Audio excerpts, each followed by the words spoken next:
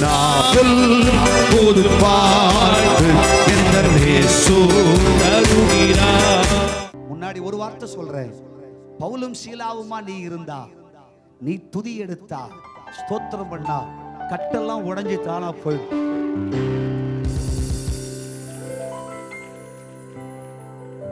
நீ எங்கேயும் கட்டு அவிழ்க்கிற இடத்துக்கும் போண்டா, கட்டுற இடத்துக்கும் போண்டா. ஆமென். ஹல்லேலூயா. என்னென்னவோ ஆவிக்குரிய சத்தங்கள் எல்லாம் வந்திருக்கு. கட்டுகளை அவிழ்க்கும் கூட்டம், பிசாசுகளை துரத்தும் கூட்டம், வியாதியஸ்தர்களை அழிக்கும் கூட்டம், வியாக்கியான வரக்கூட்டம், இப்படி பல கூட்டங்கள் இருக்கிறது. என்ன கூட்டமோ எனக்கு தெரியல. அல்லேலூயா சொல்லுங்க. எந்த கட்டை யாராலே அழிக்க முடியாதுங்க. கட்டுகளை அவிழ்க்கத்தக்க ஒரே சக்தி நம்பருமான இயேசுவுக்கு தான். ஆமென். பலர் தாங்களாகவே கட்டிக்கொள்ளுகிறார்கள்.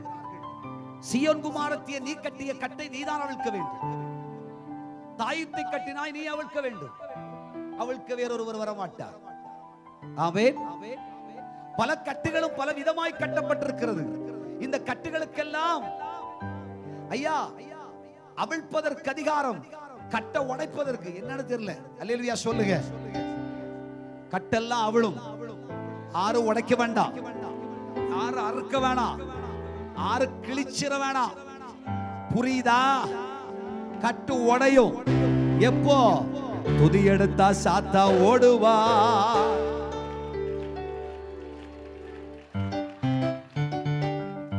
நீ துதிச்சா, பவுலும் சீலாவும் துதித்தார்கள். ஆமென். கட்ட உடைக்கிறார், கட்ட உடைக்கிறார், கட்ட உடைக்கிறார். நான் சொல்ல வேண்டிய அவசியம் இல்லை. ஆமென். ஹல்லேலூயா. நல்லா துதிக்கணும். கர்த்தரை துதியுங்கள், அவர் கிருபை என்று பொழுது. தேவாதி தேவனை துதியுங்கள், அவர் கிருபை என்று பொழுது. சூரியனை சந்திர நட்சத்திரங்களை படைத்தவரை துதியுங்கள், அவரை துதியுங்கள், அவர் கிருபை என்றும் உள்ளது. 136 சங்கீதத்தில் இருக்க துதியெல்லாம் நீ சொல்லணும். அல்லேலூயா சொல்லுங்க. ஆமென். துதிப்பது தேவன் நமக்கு தந்திருக்கிற பெரிய சமர்த்தி. நீ துதி. நீ துதிச்சா, நீ பாடினால் தானாய் கட்டெல்லாம் விழுந்துரும். ஆமென். பாஸ்டர் என்னன்னே தெரியல, யாரோ பிடிச்சு கட்டி வச்சது போல இருக்கு. இதனுடைய அவிசுவாச பிரம்மை. ஆமென் சொல்லு. நீ துதிக்கிற கர்த்தருடைய பிள்ளை அல்லவா? செபிக்க நினைக்கிறேன், வாயை பிசாசு கட்டிதான். எப்படி? அப்படிப்பட்ட வாயா நம்ம வாய்? அல்லேலூயா சொல்லு. அல்ல, செபிக்க நினைக்க தொண்டைய வாயை பிசாசு கட்டிதான். பிசாசுக்கு வேற தொழிலே இல்லையா? அவன் கயிறை கொண்டா நடக்கான் கெட்ட. ஆமென் சொல்லு. ஆமென். ஆமா. வாயை கட்டிரானா, தொண்டையை கட்டிரானாமா, கையை கட்டிரானாமா, காலை கட்டிரானாமா, முழங்கால நிக்கிறாங்களாமா, முழங்கால கட்டிரானாமா. ஆமென். ஹல்லேலூயா. பைபிளை படிக்க நினைக்கிறாங்களாமா, கண்ணை கட்டிரானாமா. இது என்ன ஆவி? ஆமென். அல்லேலூயா சொல்லு. ஹல்லேலூயா. சும்மா எதுக்கு எடுத்தாலும் பிசாசு கட்டி வச்சிருக்கான், அப்படி வச்சிருக்கான். இருதயத்தை கட்டி வச்சிருக்கான். ஐயா, கண்ணை கட்டி வச்சிருக்கான், வாயை கட்டி வச்சிருக்கான், காதை கட்டி வச்சிருக்கான். இதெல்லாம் நீ சொல்லாத. நீ செய்ய வேண்டிய ஒரே வேலை, அவ கெட்டுனானோ கெட்டாமடி போனானோ, நீ துதி துதி துதி துதி துதி துதி. நான் கேட்கிறேன், இந்த கட்டு அந்த கட்டு இந்த கட்டுன்ட்டு 24 மணி நேரத்துல 22 மணி நேரமும் கட்டு கட்டு கட்டு கட்டு கட்டுன்ற.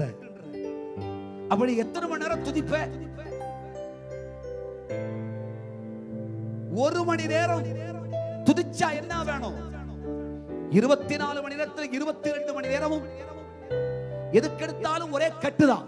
அல்லேலூயா சொல்லுங்க. புருஷனே ஏற்கனவே கெட்டி படுற பாடு. ஆமென் சொல்லுங்க. இது வேற பிசாசு கட்டுறதுக்கா? என்ன பாடு?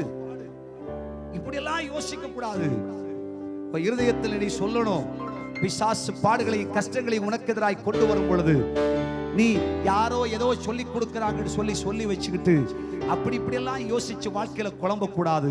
நீ செய்ய வேண்டிய ஒரே காரியம், முழங்கால போடு, ஸ்தோத்திரம் பண்ணு, கர்த்தரை துதி, கர்த்தருக்கு ஆராதனை செய்.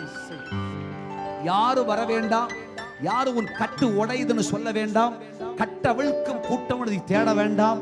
தேவனுடைய பிள்ளையே, கர்த்தராகிய தேவன் நீ துதிக்கும் பொழுதே தானாய் உன் கட்டுகளையும் உன் காவல்களையும் நீ சிறைப்பட்டிருக்கிற சிறையிருப்பையும் கர்த்தராகிய தெய்வம் மாற்றி விடுதலை பெற்ற பெண்மானை போல கர்த்தருனை வைப்பார்.